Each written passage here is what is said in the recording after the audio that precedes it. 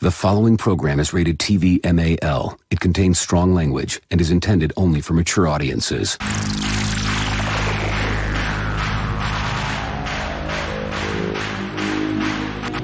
TBS, America's #1 independent television network, presents the following sports exclusive.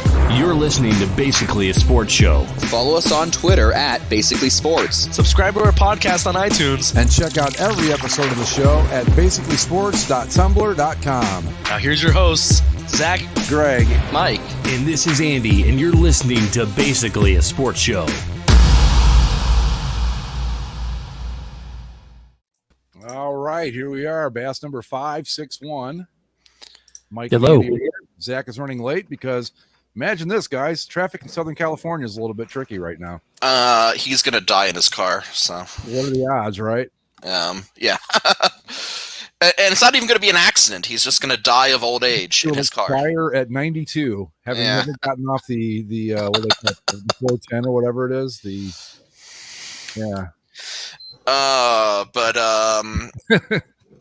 John, what we were talking about just before we came on, NFL preseason started.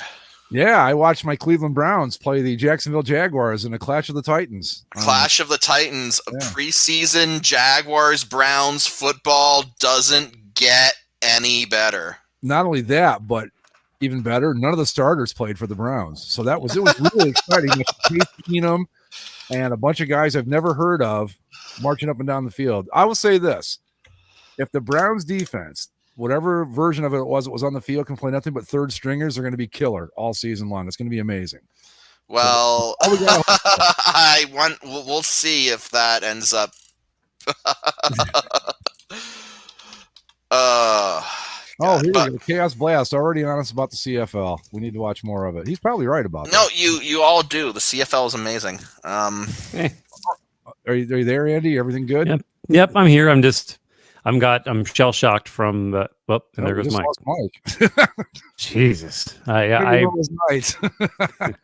don't know. I'm shell shocked from the internet audio issues that I'm having, and I'm not the type of person that likes to let these things kind of sit. I want to take care of it, but I don't want to just start randomly drilling holes in my house stuff right now. But I'm tempted. My apologies.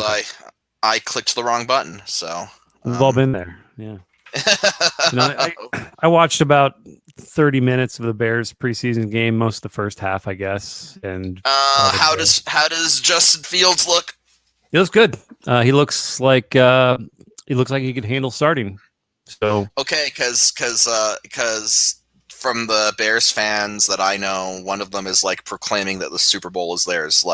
Justin Fields looked like he was a competent NFL quarterback, and therefore Bears Browns Super Bowl. Let's do it. I'd be relatively fine with that. I mean, I think that the main issue for the Bears is their offensive line is just trash, and they drafted a kid, Tevin Jenkins, out of Oklahoma, who has not practiced at all this offseason, and they keep saying it's a back injury, it's not a big deal. He had this back injury in college, I guess. They're not saying anything about it.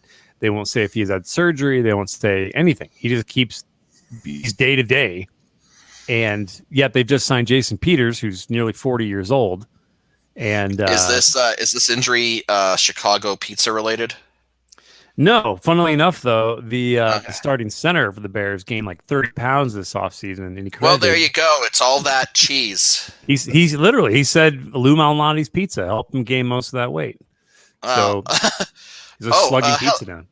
Hello to Norcia in the comments section. He's a friend of mine from a writing group that I am a part of, and that I shamelessly pimp our show at. So, I was like, I don't know who that is, so I'm not going to mention it because I thought it was one of those weird on YouTube. I've got more subscribers on my personal YouTube channel than it can possibly. I mean, all I ever put up on it is this, and I've got 92 subscribers. I don't know how this is happening, but it's just weird. So I didn't know who it was, so I didn't acknowledge it. Yeah, no, Norcia is cool. All right, cool. Well, welcome to the show.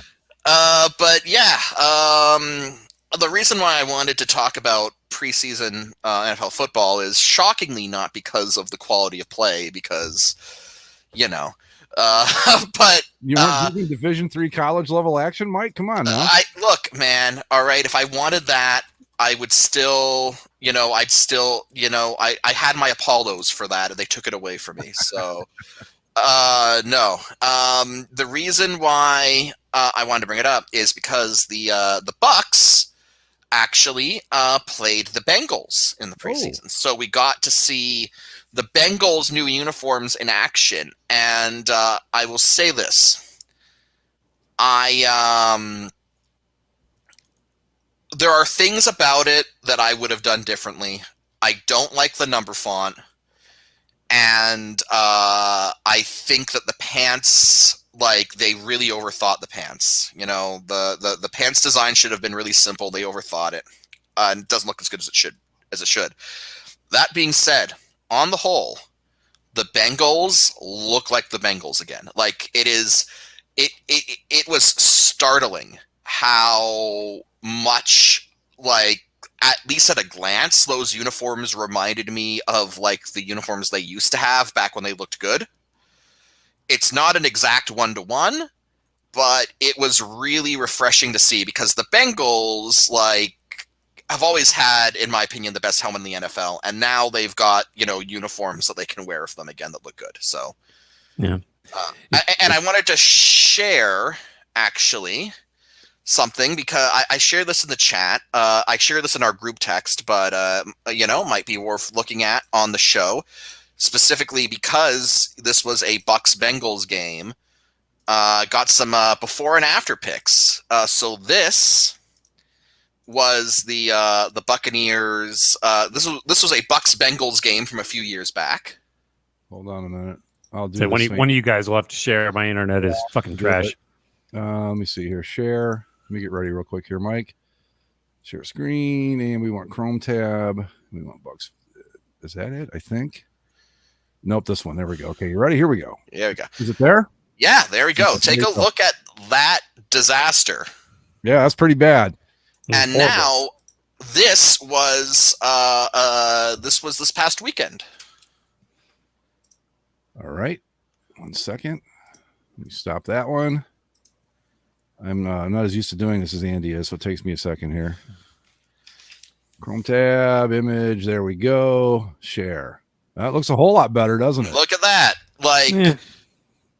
I will say I'm actually going to echo what Zach said in our group chat because he's currently not here. He's fighting LA traffic, which is that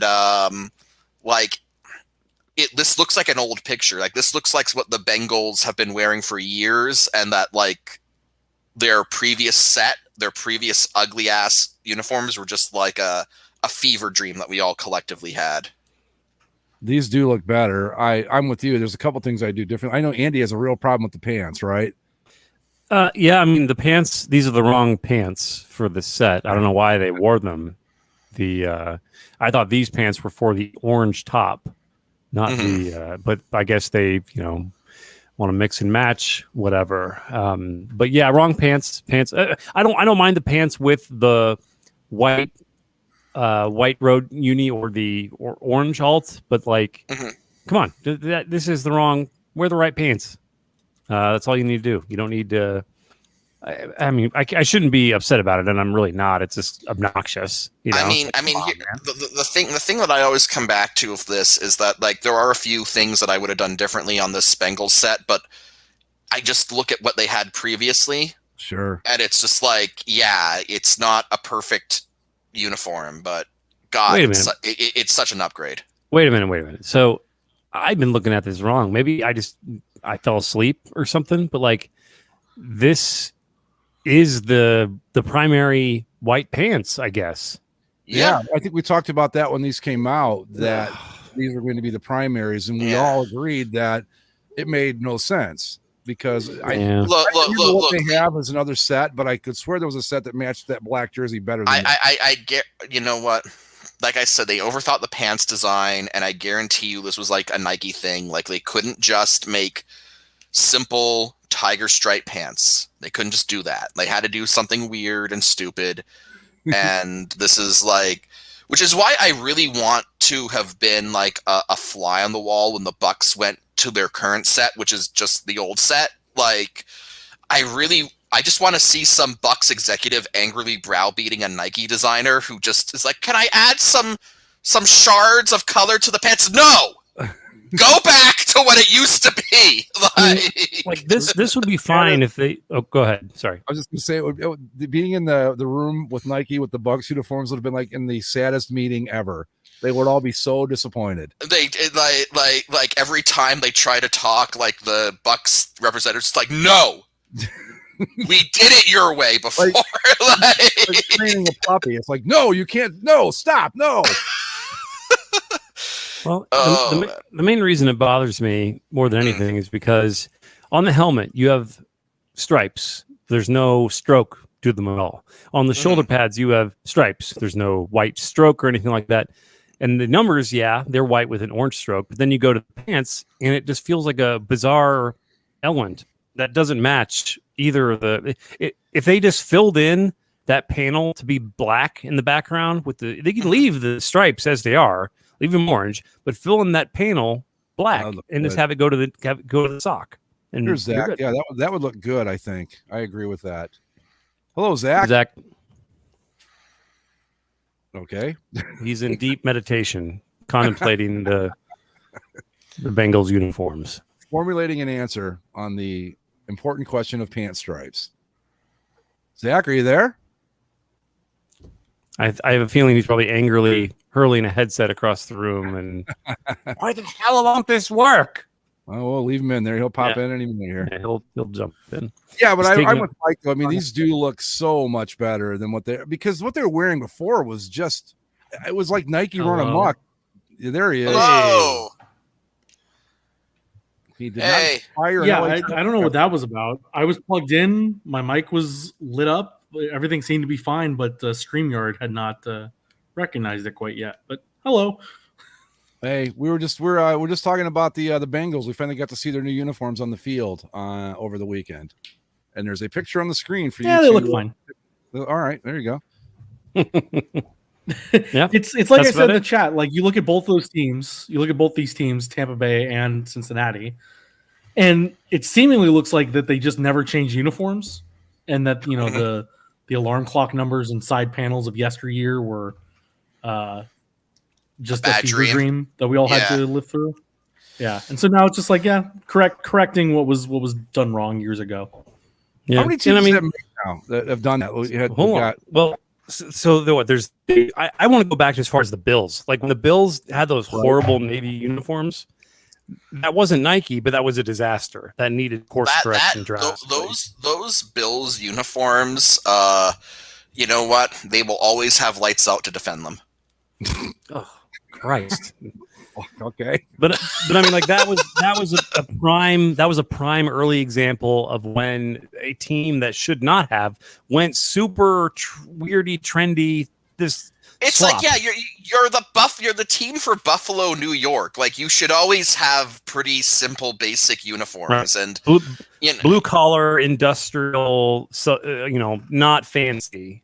The Buffalo Bills should not be trendsetters, and but they tried to be. And the defense of the one person in the world that actually liked those uniforms, when they wore them with the blue jerseys over the white pants, they weren't the worst thing I've ever seen, which is high praise for that uniform set. But other than that, yeah, they were awful. With the Browns had to do a major course correction, the Bucks, the Vikings, I feel like also had to do a pretty thorough overhaul. Chargers, Bengals. Yeah. Well, with the Bengals changing, the only team left now rocking that Falcons. like mid 2000. Oh, Falcons did too. Yeah, but the Falcons then made it worse. So the Falcons have not fixed themselves yet. They're still in the purgatory of shitty uniform land. Right. The Arizona Patriots tried. The Patriots tried this year, but it's not. Or I guess they changed them last year, right? Last year they're okay. I mean, I'm not offended by them. They're not a statement, certainly. They're just kind of like they need silver pants with the blue jersey, or white, either one. And I think those would look really good. It's just blue. But yeah, no. Atlanta thought they were fixing theirs, but then Atlanta did what Atlanta does, and they choked away a sure thing. Fucking disaster. Yeah. And now they all, and but the good news is twice a year we get to see like 350-pound linemen in like skin tight, gradient leotards. So that's fun. That's fun for everyone.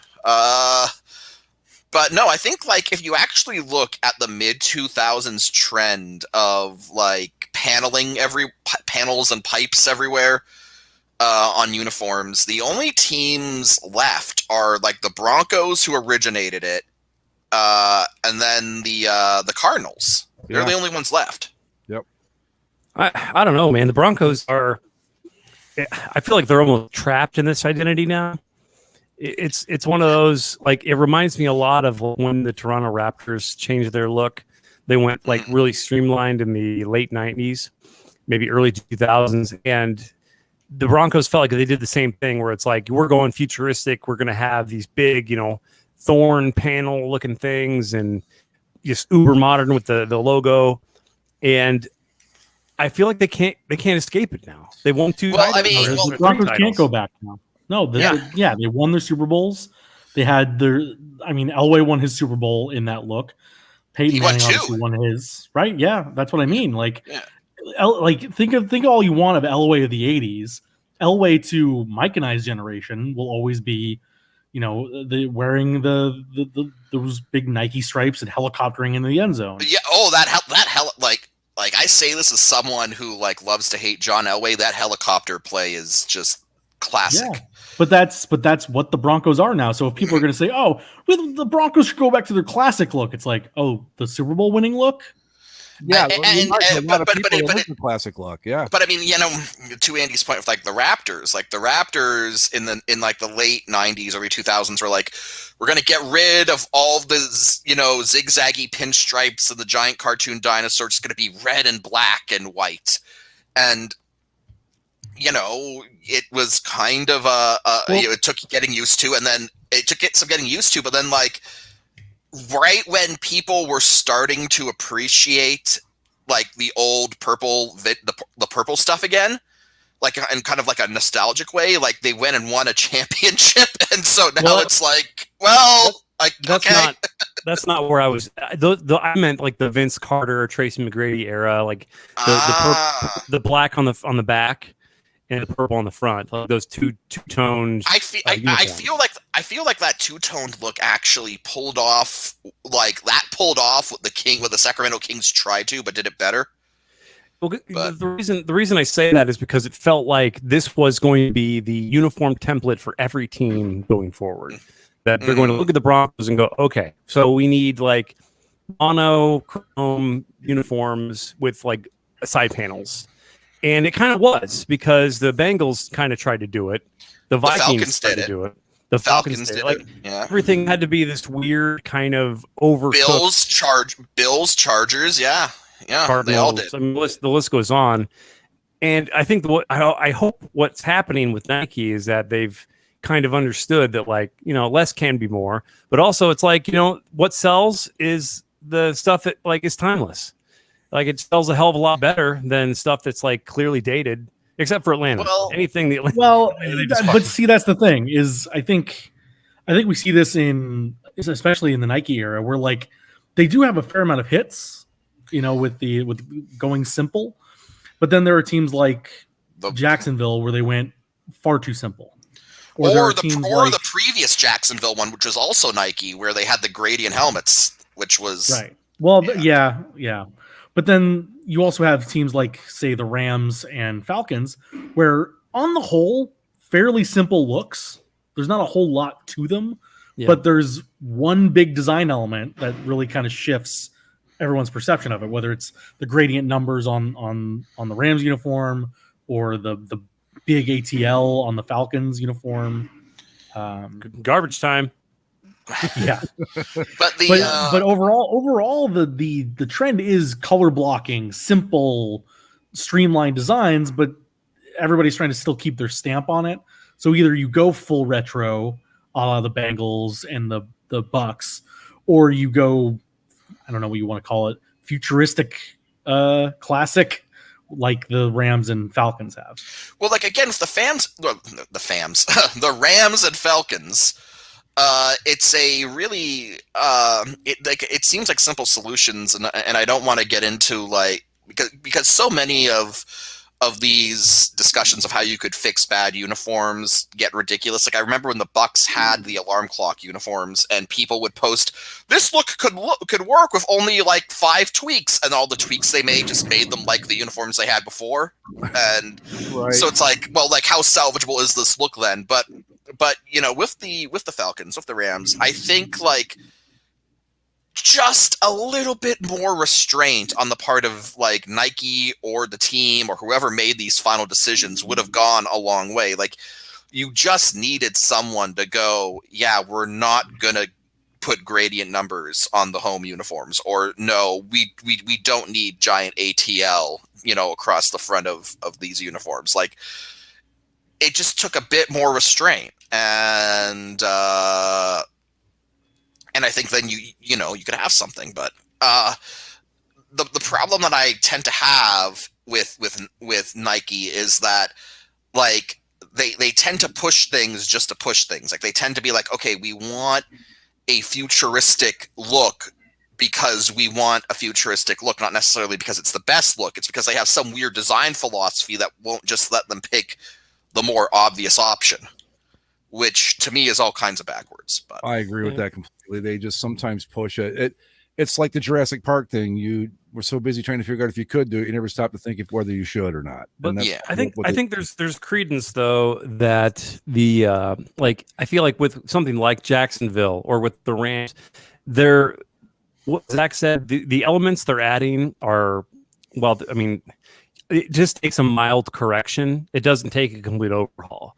So if they wanted to change a minor thing, like with the Dolphins, for example, they just shifted some colors around. And while the look still is imperfect, it looks a hell of a lot better because they got the colors right. With the Rams, for example, they can keep, like, the gradient numbers could work. It's just a matter, there's tweaking that needs to be done, just subtle things. Same thing with the Jags. All they need is a number stroke and just maybe a small bit of gold here and there, and you're good. Like, it doesn't take a lot. Didn't the Chargers at the end of the last iteration kind of do that, where they streamlined the outlines? They did, yeah. Yeah. It made it look a little better, but that whole thing was kind of a lost cause by that point. Yeah, it was clearly more of them just, like, I don't know, given the timelines that we have of these things, it almost made me think like it was just sort of like a test run or prepping the fan base for the bigger change that was going to come. But we've seen that before. In sports, I don't know. I tend to think that Nike's hits happen when you have a team that just really knows what it wants, and if the team knows what it wants and it goes to Nike and it goes, this is what we want to do, make this happen, the uniforms come out quite nice. But when you have teams that are, I guess, more open to Nike's bullshittery, you get crap like, say, the New York Jets. Yeah, that's an unmitigated disaster. That whole I don't know. We've gone over that. It makes me the Jets are another example of a team that went pretty simple in the long run of things, and it just they just didn't get the details right. The best thing about the Jets uniform is that after it was unveiled, they had the gall to put up a replica of their black alternate that said like Namath 12. And it's like, really? Go fuck yourselves, Jets. It's not just them. All of the teams, and I don't know why they're doing this. You can go to any team shop online right now and get whatever legend player you want in the current team's colors. And it's like, why in the world would I want a 2021 Rams jersey that says Jackie Slater on it? Like, what do you want me to do with this? You know he'd love to wear a bone jersey, Zach. So let me. So here's the thing. I can mildly endorse that because, there's I don't want to buy, like, for example, I have a Mitch Trubisky jersey in my closet upstairs. Trubisky Bears jersey. Yeah, total disaster. I don't want. Did you get the MVP patch to sew onto it? Dude, that would redeem it completely. I need to find it. I'm sure there's like an orange Nickelodeon balloon patch on the internet somewhere. Yeah, I'm gonna find that thing and I'm gonna stitch that son of a bitch right on the front. But like, that's a great slime. Yeah, and I mean, that's the thing. You buy, a modern jersey with, even if you've got like, I don't know, a Jalen Ramsey for the Rams, for example.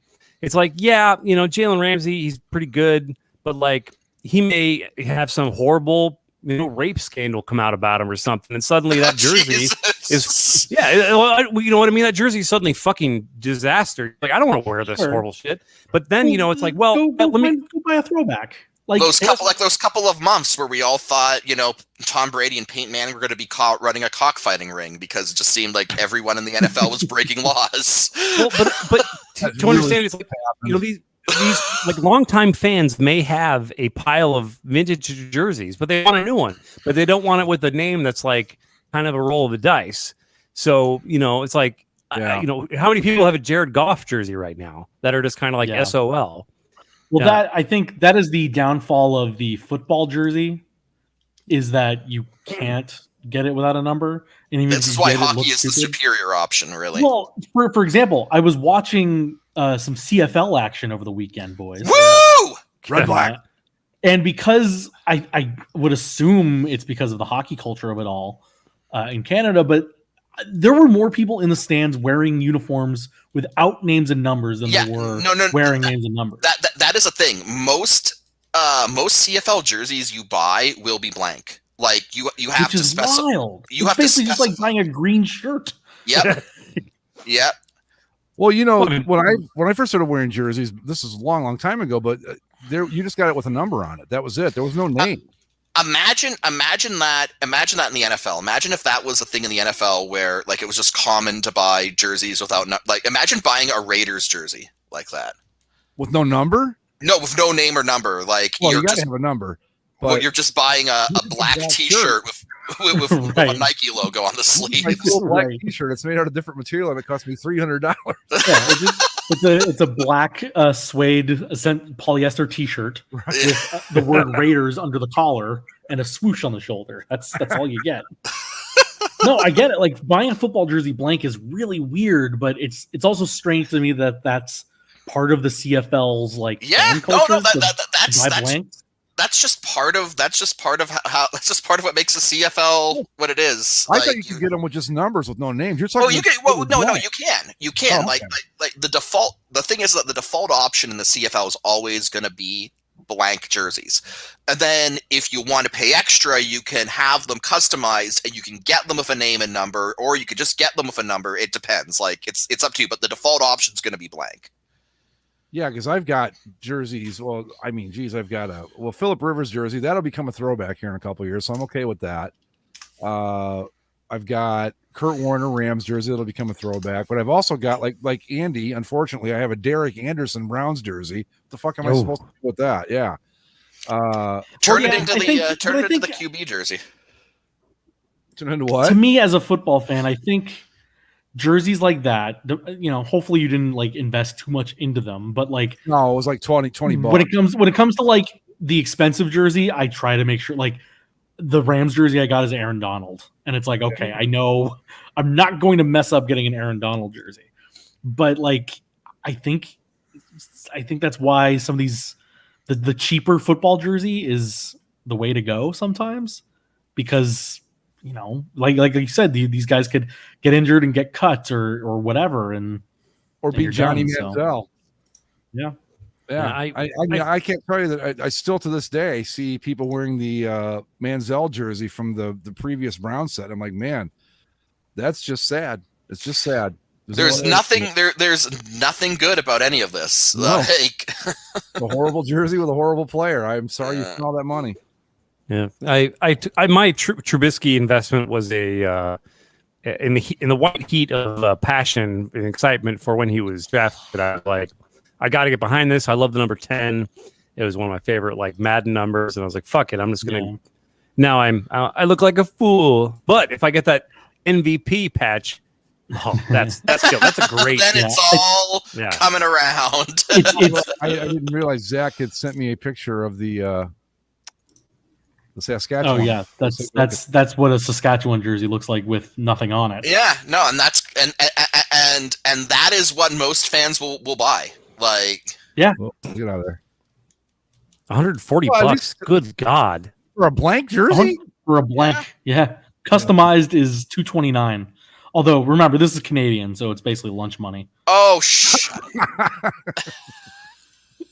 Jesus. If they were cheaper, I'd look into a Red Blacks jersey, but I don't know about this. That's a little rich for my blood. Well, what number would you get, Greg? Would you get a 21 with the word Red Black on the back? I don't know. What is that? Is that no, just the year? Oh, well, maybe I don't know. I'd get a 41. I mean, there you go. I mean, and would it be infrared black? Yes, as a matter of fact. So see, this is why my Orlando Apollos and Tampa Bay Vipers jerseys are evergreen, because they both just have like a single number and the team name, like where the player name should be. So God bless startup football leagues and their inability to actually produce merchandise.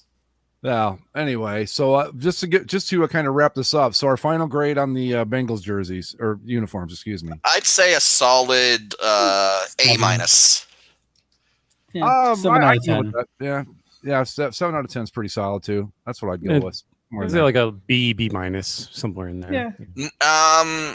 They're perfectly fine. They're better than what they had, and these are good. Mm-hmm. But they don't like. I don't know. They're fine. They're black shirts with little orange lines on them. No Chaos Blast. I have never been to Saskatchewan, but I have been to Manitoba. Okay. It's like right there. I would. I mean, they're all indistinguishable rectangles of wheat, right? Wheat, as far as the eye can see. So while we're here and we're moving on here, there are two things I wanted to talk about. We can get through really quick if you want. What do you guys think of the Field of Dreams game? That was like loved it. I loved it too. I mean, it was cool. I think the thing that's weird to me is that like this is built entirely off of a movie. That is kind of strange, right? Right? Like I was trying to think of like, because other people were saying like, oh well, this could be like the Winter Classic of baseball, and it's like, well, could it though? Because like the other way to do it is either yes, you can be the Winter Classic of it all and like play a game on the shores of Lake Tahoe with the with the lake being like the outfield or something. But like, or what are you going to do now? You're going to do the Sandlot game next? He's going to find a dirt field to play in, and then what do you do? Like, yeah, the flexibility just isn't really there, because I mean it's referencing just a pop culture thing. It's not like, because like I don't know, it feels like such a gimmick. It feels like heavily gimmicked. And the weird thing with like Kevin Costner walking out there and like kind of like gesticulating like with the ball, and then suddenly it was a cool moment, but it was also like, what are we doing here? What the hell is this? Like, it was cool because it was magical. It was a magic finish, and it was very exciting to watch it play out. But the future of it, I don't know. I think there are ways to do it. I think, like I said, I think you can either take it to where the backdrop has to be this amazing like vista of mountains or a lake or the beach or something, but like it's weird that we chose that MLB did the first one of these to be on a movie. It was cool with the corn and the old timey barn aesthetic scoreboard and all that kind of stuff, but I don't know. No, I'm saying play a game there every year. That's what I meant. Like not like the Winter Classic, but similar to it, in that it became a tradition, a yearly tradition, not necessarily let's do the Sandlot game next. So we find a baseball field out in the middle of nowhere or The a backyard. ghosts of the Devil Rays and Diamondbacks coming out of the corn. Like I Maybe you feel don't like go that far with it. I just think you built a beautiful park. You can't just play one game and walk away from it, can you? well, so my concept would be that if you do this, have it be in other places where there's not going to be a Major League Baseball market. That's like giving a franchise, like go to Nebraska, go to like Idaho, and have like 3 Montana, or 4 of these. Yeah, and just like Zach said, beautiful backdrops, unusually like just amazing, looks insane on television kind of deal. About movies, Andy. Ah, I'm joking. yeah. Well, like I was literally telling somebody, like if other sports were to do exactly what this was, could you imagine like the Ducks playing the Blackhawks or something, and the Ducks wear the Mighty Ducks movie jerseys, and the Blackhawks wear the Black Hawks jerseys Right. from the first movie, Yeah. and just play like in some didn't they practically Minnesota play, practice rink. didn't they like- practically play the Blackhawks in the third one? Well, those were the Eden Hall Warriors, Mike. That was the JV playing the varsity. Yeah, but they college. were the Mighty Ducks, and the varsity team was wearing basically Blackhawks uniforms. But Yeah. it's like, okay, so then do you play it in some like rinky-dink community ice rink? And Well, like, say I that's the mean, game? I mean, to a degree, like, and I'm not saying this is a one-to-one thing, but Did the New York Giants run the annexation of Puerto Rico or whatever? Like, like, okay, let's. Oh, that's a deep cut, but You lost me with that, Zach. What's that about? Little Giants, man. I've never Yeah. seen it. I've never seen it, so I don't Yeah. know. It's all right. that was a deep cut. But one could argue that the NHL kind of did this, like the Heritage Classic that spawned the Winter Classic, Mystery Alaska. Yeah. Yeah, kind of. Yeah, but I mean, Mystery Alaska wasn't like a cultural sports cornerstone like Field If of the Dreams. But NHL it says literally, you. if the NHL literally sent the Rangers to Alaska, that would be different. Because that's what this game was. We're like, it wasn't like they just chose any odd team that was willing to host it. They sent the White Sox and the Yankees because that's the teams that played in the movie, Mhm. and they What? wore the jerseys that they wore in the movie. It's the and White Sox therefore- and the Giants. was it? Yeah, in the movie. Okay, well, why did they play the Giants? I don't Because I think wasn't it the New York Giants in that movie? So Yeah, maybe they right. wanted a New York Oh, team. well, there you go. I think But then just use the Mets. Poor Mets. that, or you could have done a smart thing, considering that Dyersville, Iowa, is only 3 hours from Chicago, and had the Cubs play the White Sox. Okay, yeah, it was the New York Giants, which makes it again very sad. It's like, okay, so you don't want to use the Giants because you want it to be Chicago versus New York. So why not just use New York's like present day, National League representative? Nope. Nope. gotta get Fuck the- you, Mets. Yankees. The Yankees in there somehow all the time. It's always going to be the Yankees, and if it's not them, then it's the Yankees. And if it's I not mean- the Yankees, then it's the fucking Red Sox. If it's not the Red Sox, guess what? It's the fucking Yankees again. Yeah. I mean, Well, right. It would be the Penguins and Blackhawks of Winter Classics. Actually, Yeah. now that I think about it, in the Whoa, movie, weren't the Penguins and Blackhawks in another sports? Wasn't that a sudden death with Jean-Claude Van Damme? Yeah. what So- did- Yeah. so Can we could we- play a game where we try to murder the mascots at center ice? Oh, With an fuck ice- No, like we Nobody else is. the sudden death NHL game, Blackhawks Penguins. The game will be going on as terrorists are trying to assassinate the president. Yes. what's Jean-Claude Van kinda- Damme repels from the rafters, attacks the mascot, and Didn't we, wasn't there an old movie from the 70s called like Black Sunday or something where they were trying to blow up the stadium while the Super Bowl is being played, I think. I don't remember. Yeah, no. Sudden death takes place at the Stanley Cup Finals, and the president is in one of the luxury boxes. Oh, we know that's bullshit. A U.S. president would never go to a Stanley Cup game. And it's- let alone a Stanley Cup in Pittsburgh. Yeah, and it's Pittsburgh, and it's Pittsburgh, Chicago, and Jean-Claude Van Damme has to save the president from being assassinated by terrorists at the Stanley Cup. Cool. And one of the terrorists is dressed up like the Penguins mascot, and he has an So Jean-Claude Van Damme has to No murder way. him. One of the terrorists is wearing the Penguins mascot Yeah, outfit. Oh, I've got to see this. it's amazing. It's amazing. It's something. It's really Yeah. good. I feel I was like gonna this. say, the Field of Dreams game for a second. It was the White Sox playing guys from different teams, like the Giants, and because I know Gil Hodges was on the team, and I forget they were like, Okay. oh, and it's Gil Hodges, so it was kind of like okay. So yeah, White Sox, yeah. Then you pick the Yankees to sell the idea of playing a game in Iowa in a field. Sure. Right. You want the market. Fuck the market. I don't, the only other equivalent I can think of, like, this feels like the old gladiatorial things, where they would it would have gladiators and like prisoners recreate battle of whatever. I feel like they, Yeah. Can Like, we it'd be do the funny- longest yard game? Send I don't know, the Jaguars to play some prison team. well, my thought would be for the NFL, they could do a game from like the Dark Knight Returns, where you have your Steelers as the Dark Knight whatever's, and then you blow Can up we the blow field. up the Yeah. field? Yeah, on the second play of the game, on the first play from scrimmage or whatever, the field detonates and the players sort of outrun the thing. But for hockey, I think the only other thing. Roethlisberger, take back your city. I'm too drunk to taste this chicken.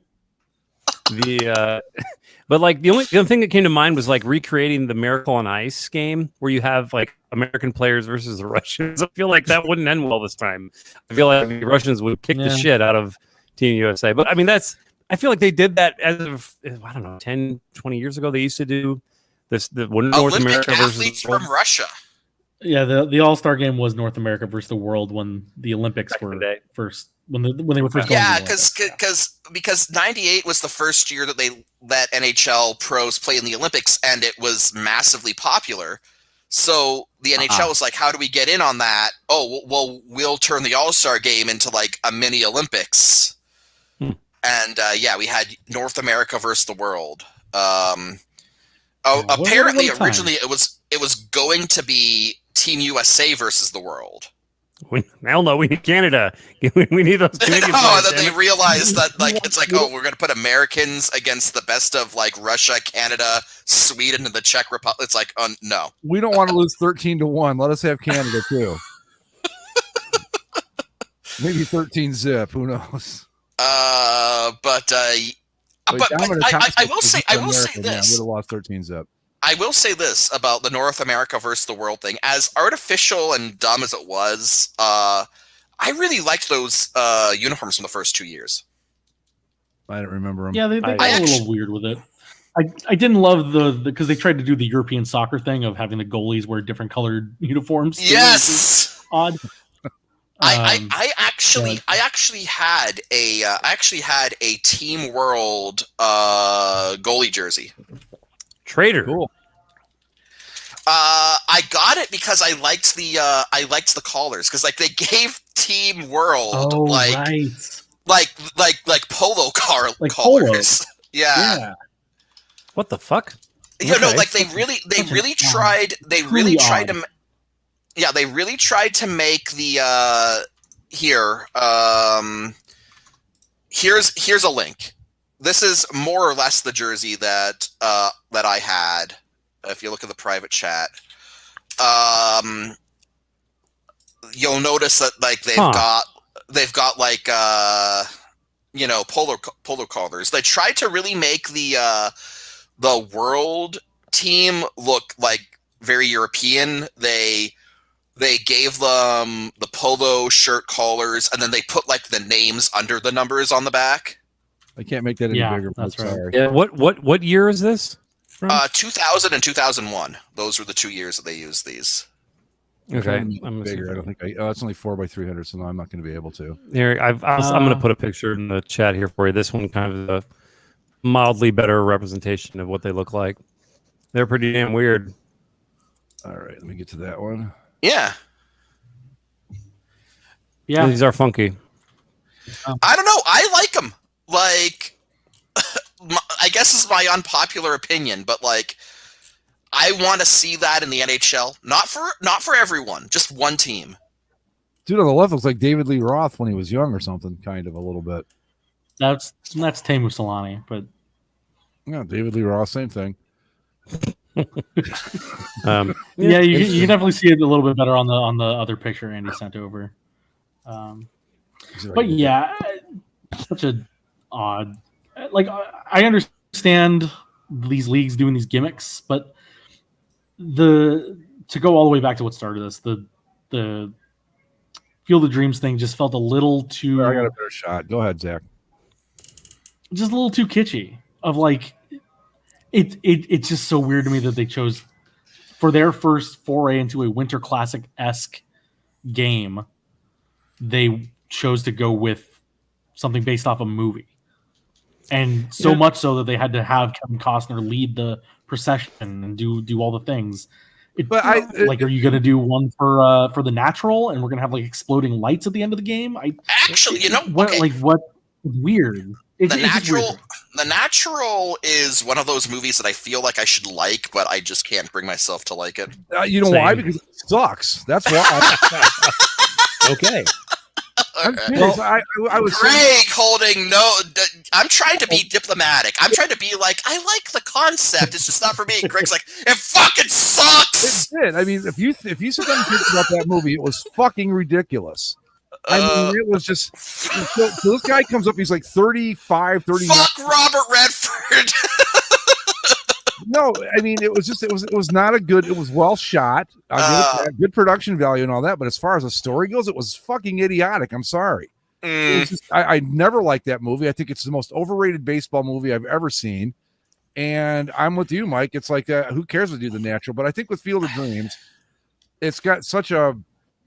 I don't know, the way I describe it is like, okay, if you want to understand baseball, there are two movies. If you don't know anything about it, two movies you need to watch. You want to know what it's like to play it, you watch Bull Durham. If you want to know why people romanticize it so much, you watch Field of Dreams. It's the best way I can describe it. I will say this in the baseball culture, Field of Dreams. I will say this about The Natural. The one nice thing I'll say about The Natural is that I dig the New York Knights uniforms. Yeah, I like those too. One of the first concept series I ever saw on the CCSLC that made me fall in love with the concept subform before it went downward this would have even been before the concept subform. So, fuck it. It's always been trash. But one of the first concept series I remember seeing that I fell in love with on the CCSLC was it was Alternate History. And the idea was, like, what if the New York Knights from The Natural were a real team and they were baseball's NL representatives? So basically, it's like the Dodgers and the Giants never existed. The Mets never existed. The two New York teams have always been the New York Yankees in the AL and the New York Knights in the NL. And this like had sort of a ripple effect because, you'd have teams in different places than they were. You'd have new expansion teams. And you'd have, what would the New York Knights look like through the ages? So it was like this year by year thing where it tracked the evolution of this fictional baseball team and how they would modernize their uniforms. That maybe they went with a design choice in the 70s that didn't work out before they went back to the classic look. And it was just a really cool, well done thing. So I'll say this about The Natural. The New York Knights as a team had a really cool identity, and they did a really good job in making a fictional team that looked like it belonged. So points to them on that. The movie's boring as shit, and I should have been a farmer, Red. Yeah, should have been a farmer. There you go. How many times did he say that in the movie? Should have been a farmer, Red. I'm sorry. I just never liked that movie. I mean, it's fine. It's got a good soundtrack, and like I said, well shot, great production value. Stupid. The guy he either hit a double, struck out, or well, it's kind of like no. Actually, it was prophetic. I'll be honest about it. It was prophetic. He hit doubles, struck out, and hit home runs. That's all he did. It's kind of like today. So yeah, it's bad, but it might be based on today's game the most realistic baseball movie you're ever going to see. I also, I guess, kind of a nice thing I'd say is that I appreciate the attempt to be like, we're going to adapt Arthurian mythos into a baseball movie, but then I ask, is that really necessary? And the answer is no. No. You don't need to do that. Anyway. No movie is necessary, Mike, but we do it. That's a fair point. No, I got to disagree, Zach. Like Star Wars was necessary. Is Sonic 2 necessary? No, but now Idris Elba's Knuckles, and that's fine. Which is can we talk about how Idris Elba is now going to be goddamn Knuckles and what the world's led to get us to that point? Because fuck, that is the most random piece of casting I think I've ever seen. I mean, Yeah, again, I don't really get that one. like I understand it in terms of like someone thought it would be a good idea and they just kept giving him money until he said yes. Yeah, I no, like any iteration of Knuckles that I know does. I didn't think Idris Elba was the voice in my head, or the one that came up on screen. But you know, they're doing their own thing, and that's fine. You know, whatever. The Sonic movie's weird. Let it be weird. Idris Elba's in the new Suicide Squad too. Oh, that's actually a pretty good movie. I'm just saying, man, that dude, he for being Stringer Bell It's okay. on the Wire. He's catching it. No, I don't blame him. I don't blame him. Look, if you watch, look, the new Suicide Squad movie is fucking fantastic. If you watch it right after the old Suicide Squad movie. Wait, Dennis makes a great point here about The Natural. This is exactly it. Right on the money. Plot summary: failed pitcher resurrects career with illegal bat. That's it. There's The Natural. Oh, that is... fucking steroids too, or something. Oh no. Oh no, if The Natural were real, then like one of baseball's greatest heroes would have his like legacy tarnished when all that shit got dug up. Hanging out with that groupie and he got shot, and then he like knocked up a chick in Chicago and left her there. Fuck him. Fuck him all the way to Oh no! I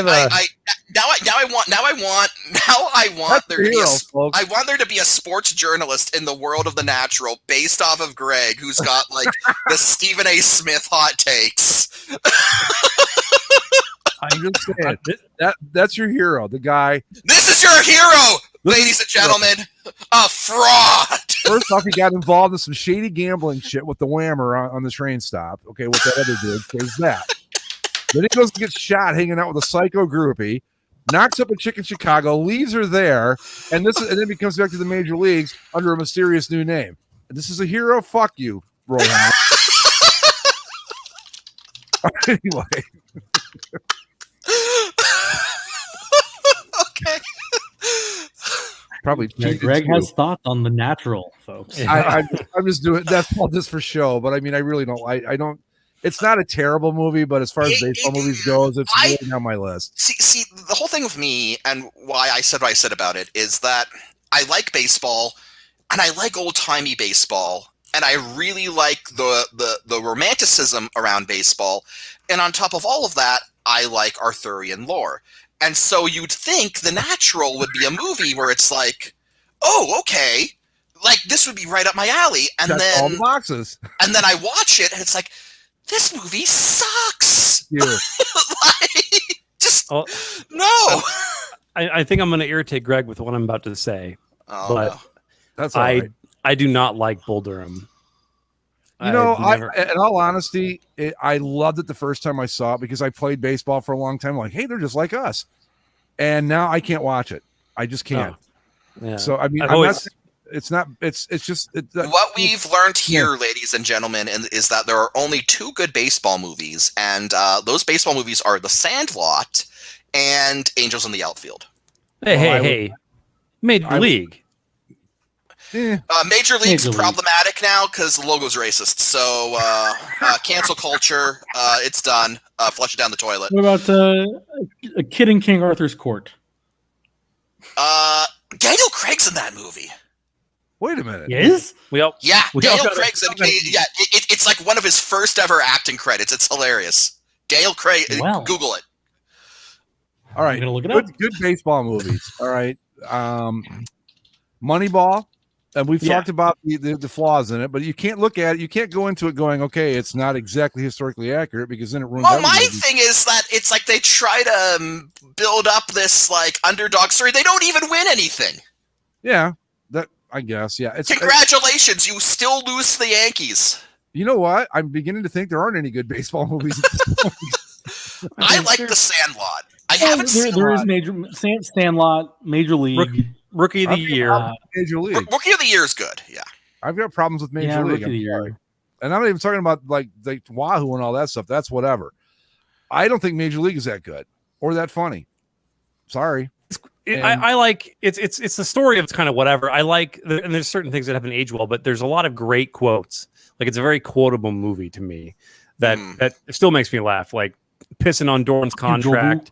That was good. Yeah, well, Lou Brown was great. I love him. Lou Brown. He's my favorite character of the whole movie. Yeah. You may run like Mays, but you hit like shit. Like he's got a ton of great quotes. And what's this whole shit, Dorn? In front of the ball.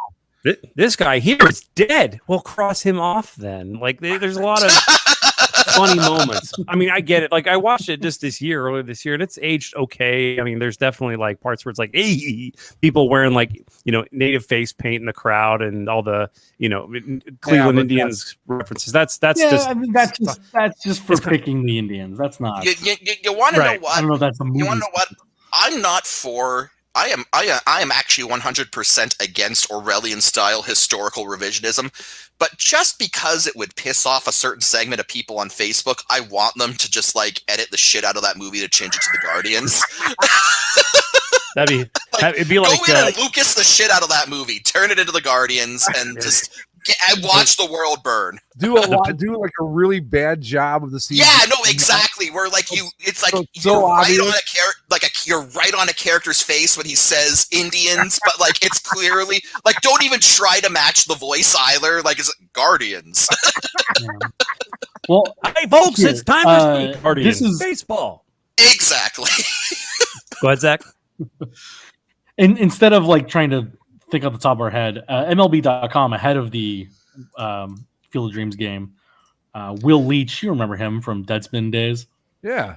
He actually made a list of the 25 best baseball movies ever, so we can. Oh, okay. Well, let's go through this. Wait, before we do, one quick point that I think, and Andy, I'll see if you would agree with me on this. If Charlie Sheen had played the Nuke LaLoosh role in Bull Durham, it would have been 20 times better because at least the guy could fucking throw, and he's probably a better actor too. But the biggest problem I had with Bull Durham, well, I had a lot of problems with it, but the biggest problem was that this guy clearly couldn't pitch, and that just drove me nuts. Because you got Costner, who was clearly a good ball player. He's a former ball player. Yeah, right? And then the whole I know he played. I think he might play like junior college or something like that. Not at a major level, but he did play baseball. No, he played for sure. Yeah, I mean that guy. As soon as I saw the movie, I'm like, this guy's legit. He can play. Because you can tell sometimes, like in the major league guys too. There was a couple like Charlie Sheen who would have been. Charlie Sheen was a pitcher. Yeah, but much better than Nuke LaLoosh. But anyway, that's my thing, and I just.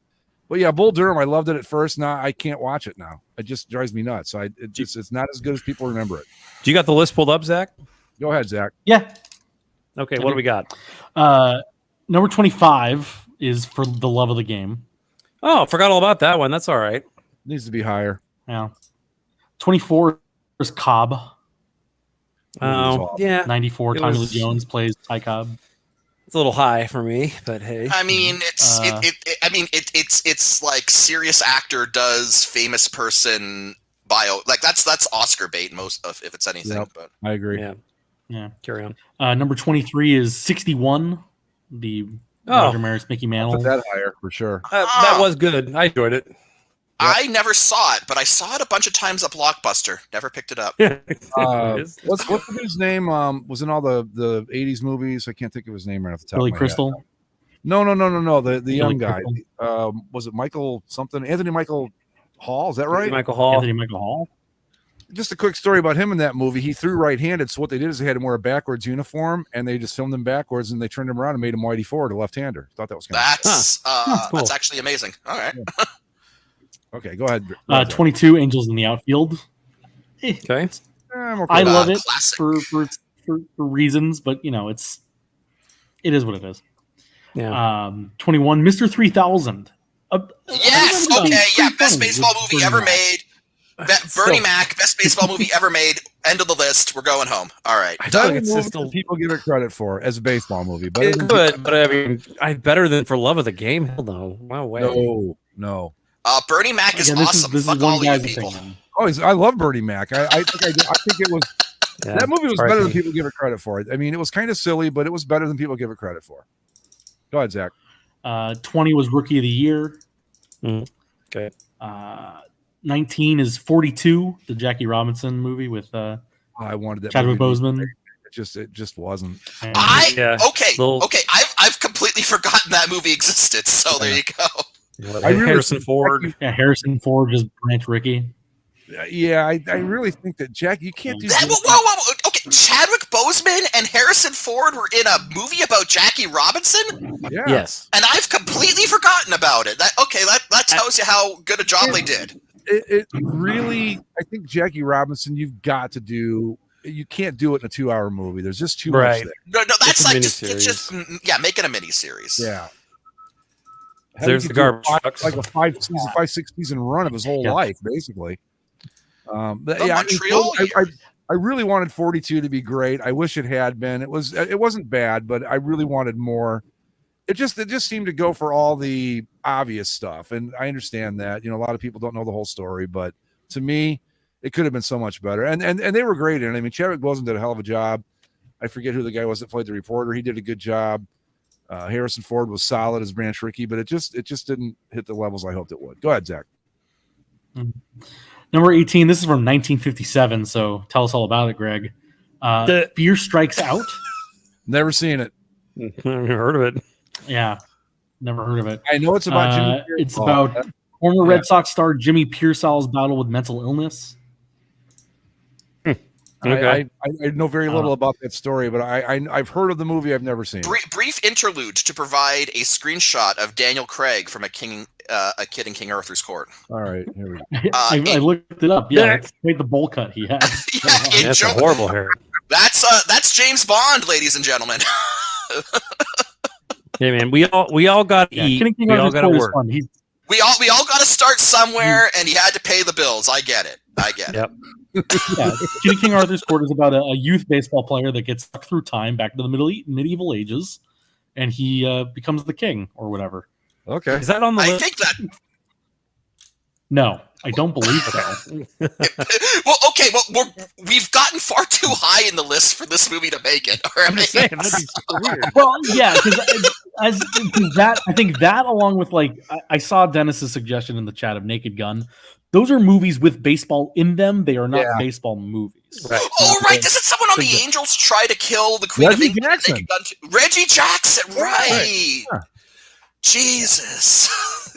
God, that's a good movie. Anyway, go through some of these that we don't know so well pretty quick. Sure. Number 17 is a movie called Sugar from 2008. Nope. Is that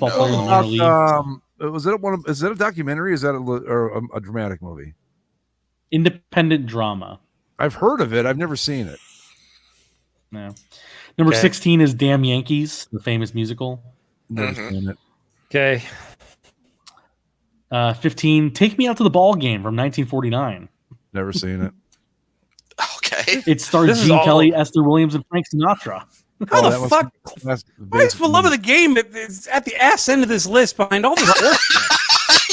Some random bullshit baseball movie with Frank Sinatra from Frank Sinatra and Gene Kelly and who else, Jack? It's like all this shit where it's like, there were no black players. Well, this movie's way better. Like, fuck that.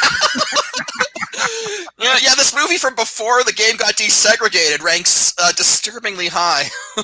Forget an actor doing a really good job of pitching a perfect game and Kelly Preston and all that other bullshit. No, this is the one we're going to go with. Fuck that. Dance number horse shit. Number 14. Number 14 is The Rookie. Oh, Gene Dennis Quaid. No. I mean, it was solid, but I can't put. I'm using everything as like For Love of the Game as the baseline here, and I don't think it's. I remember watching The Rookie as a kid, and even as a dumb kid who just like anything you put in front of me, thinking it was too sappy. It was. Again, but again, it's a Disney movie. It wasn't entirely accurate, which I guess if you know. Yeah. The famous scene of that movie is him throwing the baseball by the speedometer, right? Right. Here you go, Greg. My last interlude, I promise. The cover image for today's show. Okay. Yeah. Oh, fuck yes, man! You better believe it. I'm saving that bitch right now. I'm not even going to put it out. I want people to see it. I want to be surprised. Well, Okay, there you go. now, if you're listening now, they're not going to tune back Anyway. after the. Where are we at now?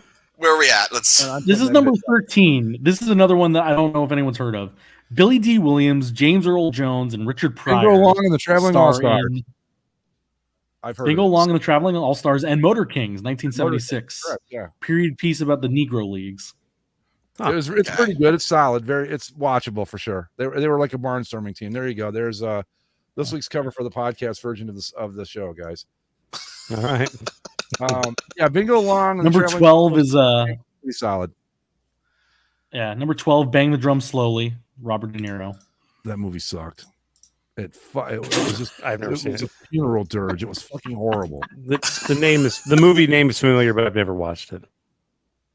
I'm sorry. Number 11. This is one that I assume we all know. The Bad News Bears.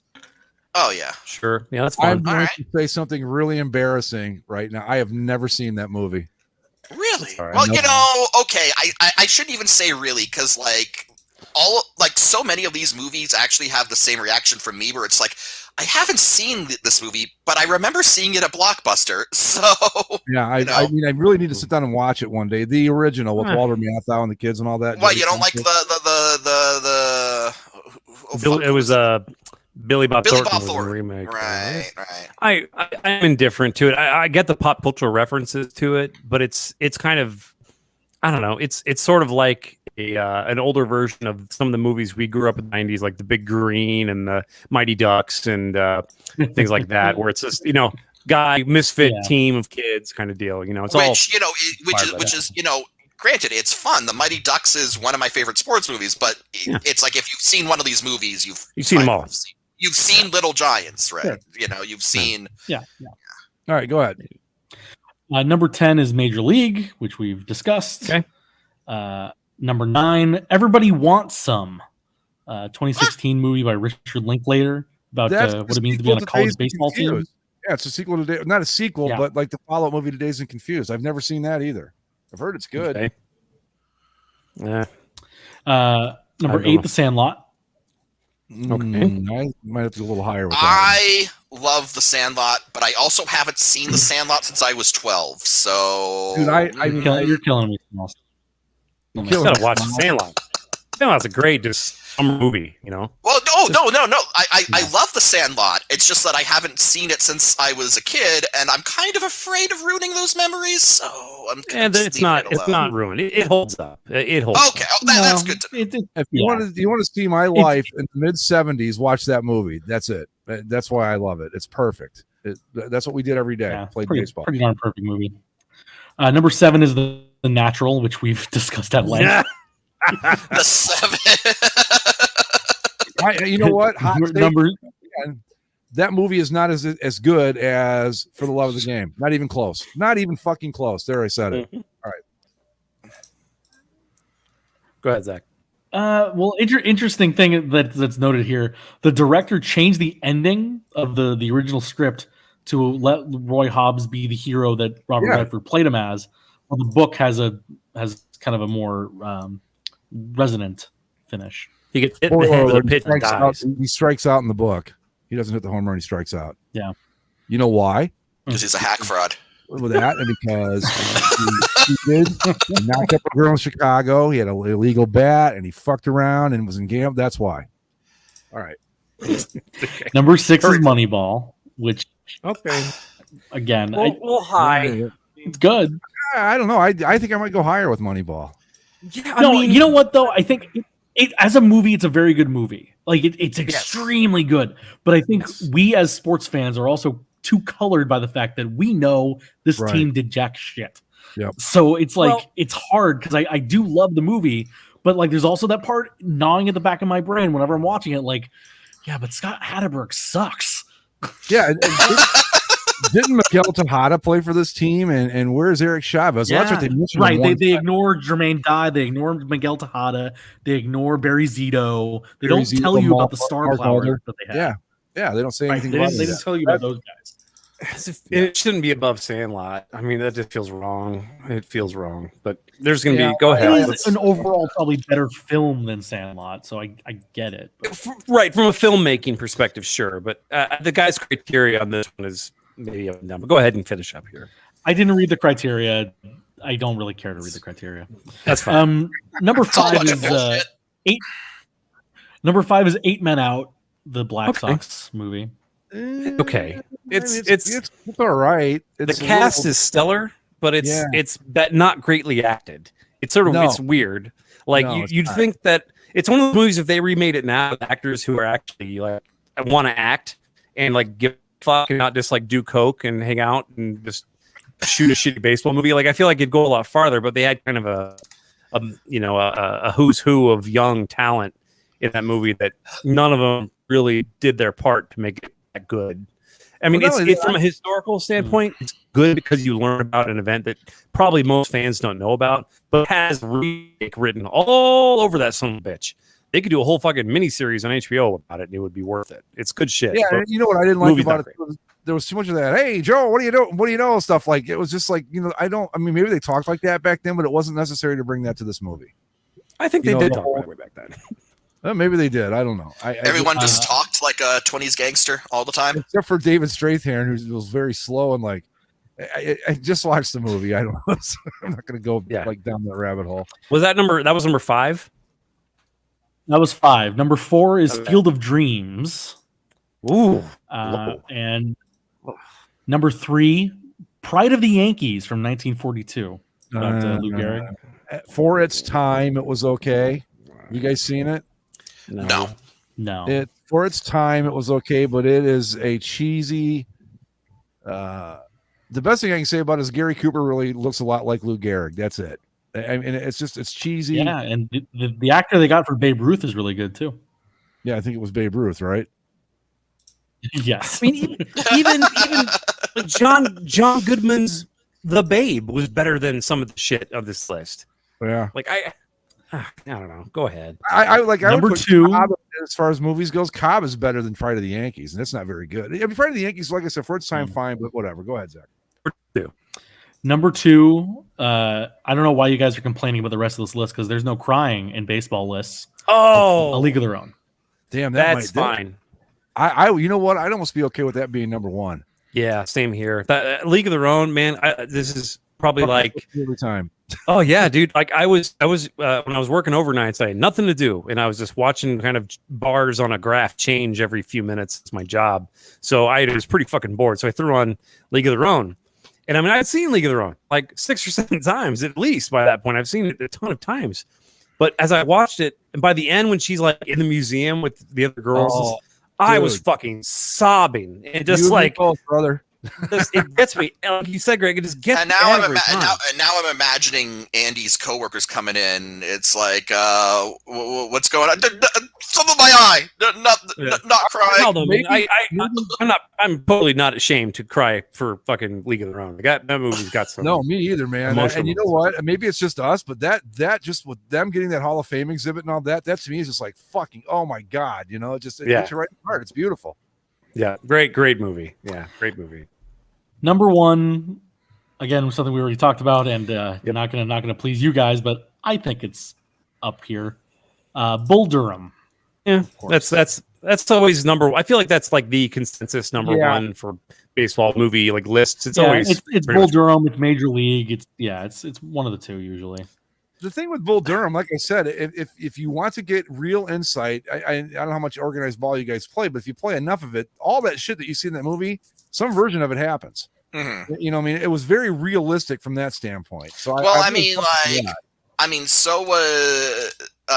Playmakers on ESPN, and they had to cancel that because it was but Bull Durham, I don't watch it anymore, but I won't say it's a bad movie. And as a baseball movie goes, it's probably one of the top ones. But man. For the love of the game, it's got to be ranked a lot higher than what was it, 25th? His last on that list, yeah. No. That's got to be top 10, I think. No, it got beat up by that one Frank Sinatra movie from 1949. And the fucking Natural. By the way, I do have. I'm gonna take me out to the ball game. Well, I also pulled up a secondary list to kind of like not read through it again, but just to kind of fact check this list, and it's from Rotten Tomatoes of all things. Not that the tomato percentage is anything to judge a movie completely by, because it's kind of flawed. But there are some interesting movies in here that are higher up than others, and others that you guys want to see a screenshot from Take Me Out to the Ball Game from 1949 for Frank's? Here you go. Enjoy. Let's see. Oh, for fuck's sake! Nothing says baseball. Look at those uniforms. Oh, for fuck's sake! Hey, take me out to the ball game. You know what? I've never seen that movie, Zach, but that's probably exactly what's the stadium in the background, very realistic. How well done that is! Look at that, like cardboard fucking cutouts. Take Me Out to the Ball Game, 1949 Technicolor musical film produced by MGM. Yeah. Stars Frank Sinatra, Esther Williams, and Gene Kelly. So I dropped in what the Rotten Tomatoes list is. A lot of them are the same, just in different orders, and things you expect. Because it's Rotten Tomatoes, Moneyball's at the top. Bull Durham's up there. Bad News Bears moves up. You know what? I'm going to pop this. But there's a few other ones. I'm going to highly recommend. Let me find that really quick there. Chrome tab. There we go. Okay, can you guys see that? Oh, okay. Fever Pitch. From my brother loves Fever Pitch. Game I don't 6. know why. I've heard a lot of weird Which shit. one is Fever Pitch again? That's Jimmy Fallon. That's the Red Sox movie with Jimmy Fallon. Oh, right, where he's obsessed with the Red Sox, and then he has to choose between basically a woman or baseball. The thing I love the most about that movie is that they literally had to rewrite the ending because the Red Sox finally won. They're in the middle of filming it while the Sox are going on the run, and they're like, "Shit, if we put out this movie and the Red Sox lose, we're going to look like idiots." So they literally had to film it at the World Series live, because when else were you going to be able to do that? So I want to highly recommend, if you can see it on the screen, there, The Battered Bastards of Baseball. It's about the Portland Mavericks, I believe they were called. Excellent documentary. You should check it out. Mike, what you know anything about this Heading Home, the Tale of Team Israel? Have you seen that? What now? It's called Heading Home, the Tale of Team Israel. I have never seen that. If I had to guess, it's probably about how Israel kind of exceeded expectations at the World Baseball Classic a few years back. Okay, that's where Glorious Tournament of Victory champion Shauna Penn came from. Right? Yeah, exactly, he was the mascot. So I've seen the Jackie Robinson story, not very good. I don't know what the Broken Hearts Club is. I'm going to go through these real quick. Off the Black. Oh, okay. You guys aren't going to believe this. Sandlot 49? Go ahead, Mike. I looked up the synopsis to 1949's Take Me Out to the Ball Game. All right. The plot concerns two baseball-playing vaudevillains. Oh, Jesus.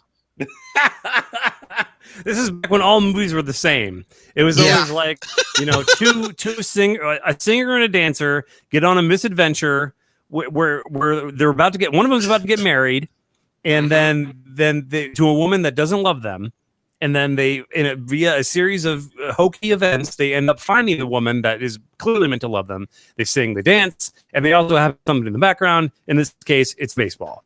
Yep. Two players for the fictional team, the Chicago Wolves, are also vaudevillains, and dancing and baseball ensues. Isn't that the Chicago Wolves? Isn't that the team that they use in that stupid Abbott and Costello thing too? It wouldn't surprise me. Who's on first, and that everyone's like, it's so funny. It's like, it's not funny at all. It's funny for the time. Like if it's 1920 whatever, and you've never heard wordplay before, it's funny. Okay. Oh, yeah. I just know that, like, if the four of us lived in the 40s, we would have been put up against the wall and shot because of the way we look at things. They would have been like, we can't have this in polite society. But go ahead, Zach. I'm sorry, I didn't mean to cut you off. No, just if we got to go back in time, we'd be the funniest, smartest people around. So. Oh yeah, absolutely. It's just no chance we would abuse that power, is there? Before we, of course not. Hey, I might have a hot take here. I don't think this Hitler guy is all that. I do have. He doesn't look four-way- like the cat's meow to me. That's the bee's knees. Well, that's what with his red commie socialism he's trying to put into these Negroes or something to some random. I have a big 4 3-way. Oh yeah, we ready. do that. Yes, let's do that. Yes, because Zach was not here for last week's thing, so you can go first. Just to explain, the big 4 3-way is essentially I will ask each of you guys a question, and you can essentially I'll answer it, but pertaining to each of the big 4 leagues, and you get to choose. So, for example, Zach, if you want to go first, choose the NHL, NBA, MLB, or NFL for your category. Okay. NHL. NHL. Okay. In NHL EA Sports NHL 2002, which team had the highest overall rating? 2002. 2002. We'd be coming off the 01 Cup, which would have been the Avalanche. The Red Wings won that year. I gotta say it's one of those two. That is incorrect. Go Avs, Colorado. Colorado Really? is 84. They are, I think, tied for second or third. They're tied for third. Who was number 1 then? That's the answer is the Dallas Stars is number 1, 88 overall. You know what's sad Interesting. about that? Well, okay, that makes a lot of sense though, because so Dallas didn't win the Cup the year prior, but that was the era where it was like the Red Wings, the Avs, and the Stars, like they dominated. So Yeah, Right, the the Stars won in 2000, and yeah, they would have been right around there. But yeah, I figured Mike that game Modano. with when you have Sakic and Forsberg and Waugh, like I would figure that'd put you up there. But That's just how it broke down. They were number 1. yeah, NHL 2002 NHL 2001, one of the greatest video games for a PC of all time. It's perfect. 2002 absolutely sucked. I thought so. Just my take on the matter. Who was number two? Mike, number 2. Yes. Wait, so who's number on the list? Washington was number 2, 85. Okay. Washington. And then- okay. Yeah, then it was the Flyers, the Sharks, the Avalanche. Sorry, Who's on the team? Was that like Peter Bondra and those guys? Was that who's the team was back then? Washington. It looks Yeah, 'cause like that's- Yager, Bondra, that would have been Linden. Yager. And, Olaf Kolzing was still an elite goalie back then. but that was 4 years after they made that Cup final. That's weird that they have them that high in that game. I'm trying to remember back then I'm trying to remember back to 2001 if anyone had the Capitals as a Cup favorite that off season. I don't think I would have, but okay. No, this is where this is the year you go back in time to, Zach, and you yell at little kid you to be like, "What you doing picking the Capitals?" Do you want to take a swing at what was the lowest rated franchise? Columbus. Oh gosh. No. 2000, 2001, man. Atlanta Thrashers, were they in there? Correct. The Atlanta Thrashers. Yeah, they were the Yeah. lowest rated overall. Yeah, there we go. Yeah, no, there was nothing of note for them. Greg, go ahead and go second. Would you like the NHL? I'm sorry. Would you like the NBA, MLB, or NFL? What did I take last week? NBA. Yeah, I I took wanna NBA go- last week. You know what? I'll do NBA again. NBA. Okay. Who is the only white person to win the All-Star Game Slam Dunk contest? Oh, it was Brent Berry. Brent Berry. That's right. Can you name the year? No, 96. And what team would you guess? Clippers, I think. Yeah, Clippers. 1996. Brent Berry won the dunk contest as a Clipper. Is this actually the highest honor the Clippers franchise has ever achieved? I believe it is. Well, I mean, Blake Griffin won the dunk They contest. get as to a win Clipper. an MVP. So. Correct. Yeah, it was big news because Brent Berry was It shouldn't have been as big a news as it was because the guy's like 6'10". It wasn't like he couldn't dunk. It wasn't like he was like a white Spud Webb or something. Didn't he win that wearing like a windbreaker or something? I don't remember. I just remember seeing it. I didn't watch it. I just remember seeing the news about it. Mike, would you like baseball or football? MLB or NFL? Ooh, I am gonna go. You know what? The baseball movies have me in a baseball mood. Let's go with baseball. Okay. So Ricky Henderson has the most stolen bases in a career. Who has the second most? I know the answer to this. Oh fuck! I have. Okay. Hang on. I am going to guess Dennis Ryan, Frank Sinatra's character from 1949's "Take Me Out to the Pub." I have no idea. I have no idea. Go ahead, Greg. If you know the answer, go ahead. Yeah, it would be Lou Brock, right? Lou Brock, yes. Followed by Ty Cobb, I believe. I knew he dunked that. I knew he won that contest in a windbreaker. Well, it's pretty incredible that the. Let me take a look at this windbreaker picture real quick. That's embarrassing. It's the Clippers. What did you expect? So it's crazy. Like Henderson's got like Gretzky level amounts of steals, 1,406 overall in his career. Right. And then second place, Lou Brock is 938. Like it's not even close. Yeah, I think Ty Cobb had 800 and something, maybe 897. He's fourth. Yeah. Billy Hamilton is third. Billy Hamilton. Wow. Okay. 914. Yeah. Yeah. So this last question goes out to all you guys. This is to kind of pull your wisdom together. This is for the NFL. What player was on the cover of NFL 2K1? 2K1. Eddie George? No. Oh fuck. Okay. I can tell you who was on the last ever NFL 2K because I had it. Yeah, that was Terrell Owens on the Eagles. Terrell Owens, yes. Yeah. Was it Donovan McNabb? 2K1. No, yeah. This was released in September. No, it was 2000. It was released in 2000. So I think that'd be like 1 year before Vic, like 2 years. No, because it was a 2001 draft. But no, it was not Vic. Oh, okay. So.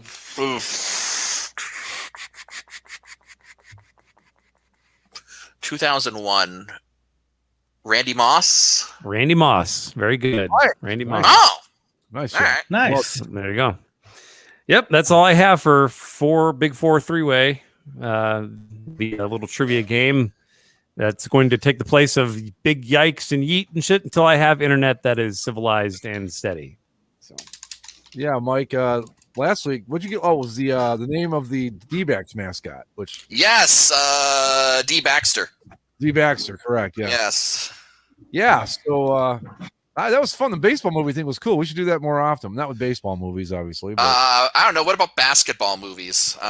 Ooh, that's a tough one. I feel like there's less of those. Yeah, right. There are.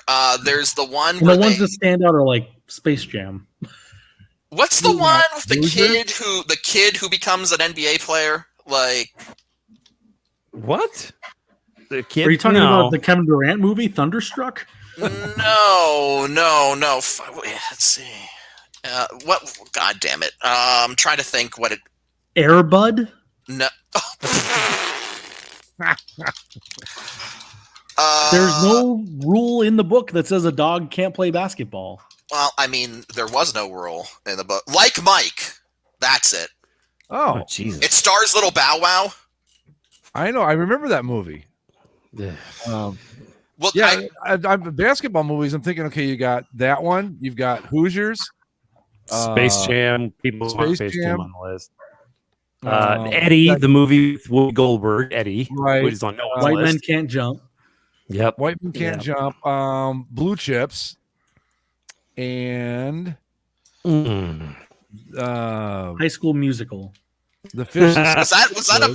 was there basketball involved in that? Oh, what was the main team was a basketball the team. Will Ferrell Zac Efron movie? was The on Will the Ferrell basketball movie. Oh, semi-pro. Semi-pro, right? I walked out of that movie. What was the one with Samuel Jackson as the coach? Coach Carter. Coach Carter. That was all right. The one, oh God, Josh Lucas played the coach of El Paso. I can't think of the name of it now. Shit, yeah. What was it called? Fuck. It doesn't matter. Yeah, it was something. I don't know. Like Ben Affleck had a basketball movie last year that everybody Glory likes. Road. Glory Road. That's Glory it, Road. Yeah, that was pretty. It's good. I like Glory Road. Yeah, it was solid. Really good. I mean, this is one of those things where it's just a list for people to fill shit out underneath Hoosiers. You know, like I don't. I mean, I don't particularly love Hoosiers. But I mean, I'm just gonna say Hoosiers can get fucked on account of the Pacers decided to wear a fictional team's throwback as a uniform. So there you go. That's the equivalent of the Field of Dreams game. Is the Pacers being the Hoosiers? Oh, you guys are just such buzzkills on this Field of Dreams game. Hey, by the way, winner. The hockey movies you think of. Well, first of all, there's the gold standard, Miracle. At least 10 after that. Yeah, I mean, Miracle, Mystery Alaska, the Mighty Ducks movies, Goon, Youngblood. Yeah, Youngblood. Did you guys acknowledge Goon? Goon is a hockey movie. Goon 1 and Goon 2. Goon's a really good hockey movie. I'm surprised really I enjoyed Goon. I really am. I really did enjoy that. We should. Well, but next week we'll do an all movies show. Sure. I mean, like, I wanted to get your take on your guys' feelings, and we can, table this for next week. But like, all this hatred and contempt for Rudy has been out. I've seen this online lately. Oh, those are fighting. Why are people so upset about Rudy? And they want to like say it sucks or something. Like, I love Rudy. It's awesome. It's awesome. Like, who the fuck hates it doesn't make me cry like Field or like League of Their Own does, but I love it. It's great. Come on. What's the problem with Rudy now? I don't know. I feel like it makes think people Rudy happy. sucks. That we can't have that in this world. Fuck everybody. I don't know. Rudy's fine. It's a good feel-good football movie about the kid that got to go in at the end of the game. His friend's name is E-Bob. How cool is that? Yeah, his name was Samwise Gamgee. I mean, it's just it's a good movie, great soundtrack. The score is amazing. The feeling of it is. Go ahead. I think it's because that movie is just so old at this point, and all people know about it is the Rudy of it all, and the Notre Dame-ness, and so people just want to dislike it. But it's fine. The uniforms were dead on. Not a mistake in there that I could see. I mean, it's certainly like a tacky kind of thing. But again, it's so harmless. Like it's got like great. It doesn't take itself overly seriously, but it doesn't take itself. It doesn't make a mockery of a story. A joke. Yeah. Right? And I mean the cast is stellar. You have one of those weird early. What is that guy actor's name? Vincent something. Vince Vaughn. Yeah, Vince Vaughn, credited as Vincent Vaughn in one of his first roles. Like a very serious role from him, playing the like jaded legacy player. I think he's kind of an asshole. You had the director from the guy who did Marvel, Iron Man, and Jon Favreau. He's very good. He's got a small role. Ed Beatty is in it. Old school actor. Who is he? Was he the coach? The first coach? Rudy's dad. Oh yes. Oh yeah. He's fantastic. Then you've got Exorcist dude playing Ara Parsegian. I can't remember his name. And then one of the guys Harris from Major League comes in and takes over as Dad Divine. Yeah. He's but even then he doesn't get like a negative like look in the movie. He's kind of the movie has no bad guy. No. He's kind of made a sort of bad guy. What was the actor's name that was his name Rock, or was that the show he started? I can't remember. The guy who played that played Rudy's buddy that let him stay in like the maintenance house and all that. You know? I don't know. I this can't guy, remember. Clap. I'll go for the roster guy. That was his name. I don't know. But he's also excellent. I mean, it's just a damn fine movie, and the cinematography is great. And I don't care if people don't like it. I want to watch the movie like every year. It just makes me feel good and football-y and autumn-y, and it's fine. Fuck you, Zoomer film critics, not letting Andy feel happy. Yeah, that's what I mean. If it makes you feel like, they'll probably get honest about League of Their Own now, and fuck them if they do.